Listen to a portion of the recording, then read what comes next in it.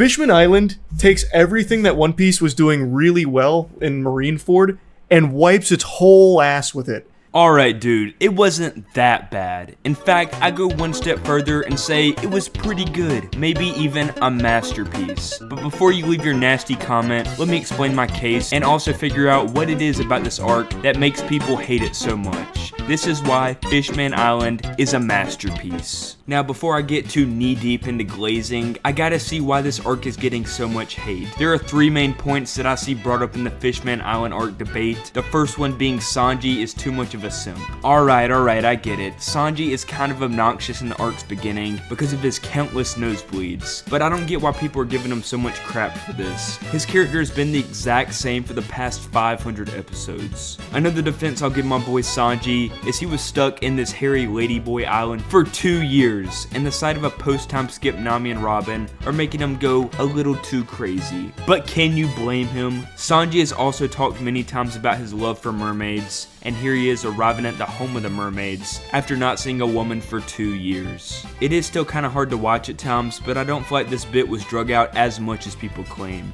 Around the time the Straw Hats get invited to the palace, Sanji is already fixing up his act, and by the time they're fighting in the plaza, he's ready to dominate the battlefield.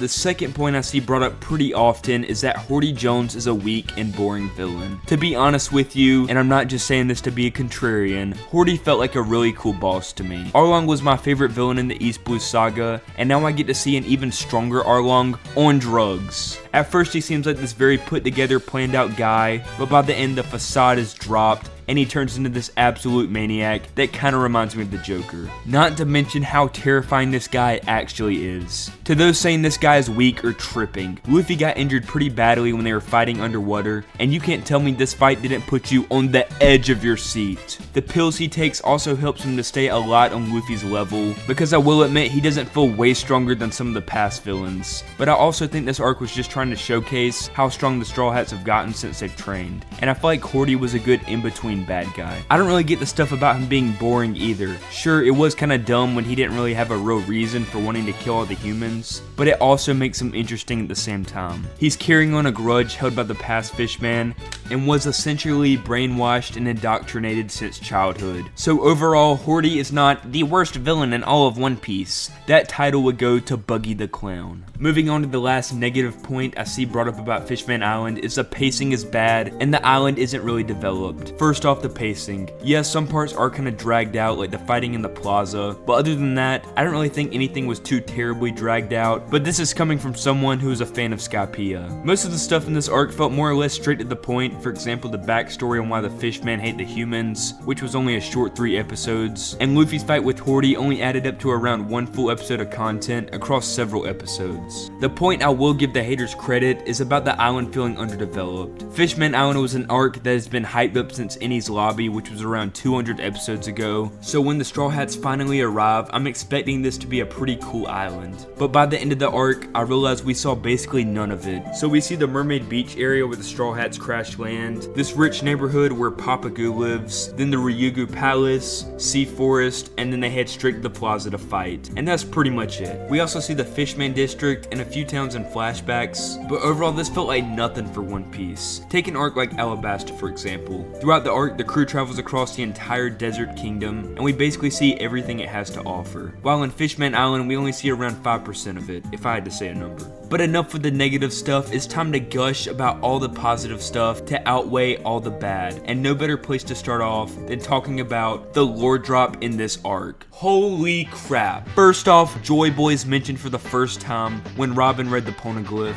This is absolutely huge because Joy Boy is one of the biggest pieces of the puzzle in the final saga. We also learn that Shirahoshi, this giant mermaid girl, is one of the 3 ancient weapons because she has the power to control all the Sea Kings, and this power basically has the capability to destroy the entire world. I even have a theory that this power will come in clutch during the final war since Luffy is friends with Shirahoshi. And speaking of war and fighting, we gotta talk about all the cool new moves the crew has in this arc. Immediately Luffy comes to mind when he uses his new Haki ability to wipe out 50,000 bad guys at once. This arc also debuted his Red Hawk move, which he used to kill Horty underwater. Frankie whips out his General Frankie for the first time. Chopper is now able to use his giant beast form and actually control it. Usopp has harnessed the power of the plants. Robin learned how to squish people with her feet, Sanji learned how to float jump like those CP9 guys, Zoro got a good bit stronger, Brook can now separate his soul from his body, and finally, Nami is even better with their weather abilities. Many may see this as the Straw Hats being too powerful for this island, thus making the arc boring, but I think it does the exact opposite. It just shows how much they've grown through their training and the crazy fighting to come. Next, I want to talk about one of the hardest hitting parts of this arc, and that is the Fishman Island backstory with Fisher Tiger and the Dead Queen story. I like that this arc gave a lot of background to why the Fishman discriminated against the humans, and why no one wanted to give their blood to Sanji. It all started years ago when Fisher Tiger climbed the Red Line and freed many slaves, both human and fishman, from the Celestial Dragons. When he went back to Fishman Island, he decided to start a pirate crew known as the Sun Pirates. He did this to bring more respect to all fishmen and mermaids. Some of the more important people in his crew were Jinbei, Arlong, and Ha-chan. One day when the Fishman Pirates were out on a voyage, Tiger came across a girl who he had previously saved from slavery. She asked if he could return her to her mom on some island, and even though the girl was a human, Tiger agreed. The girl was very scared of the Fishman at first, just because she had never met one before, and they were very different than her. She soon comes to learn there are people just like her, and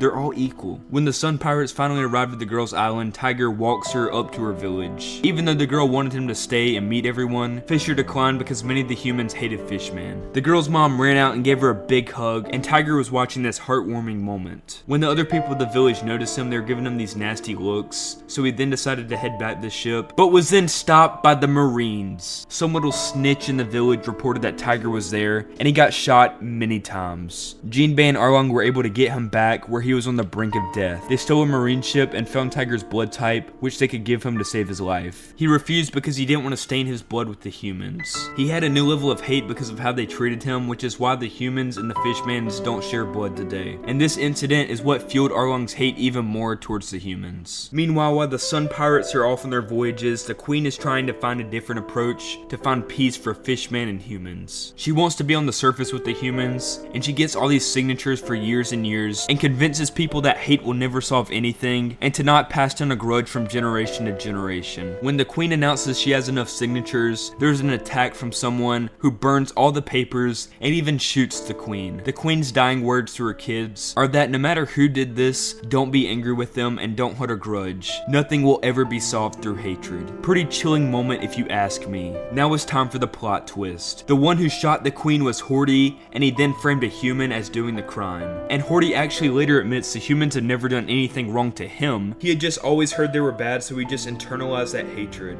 Answer me, damn it! What did humans do to you that was so unforgivable? Why? What in this world could inspire such cruelty?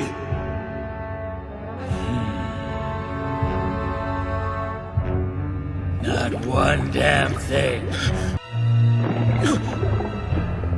The simple truth, we were chosen by heaven to punish the humans.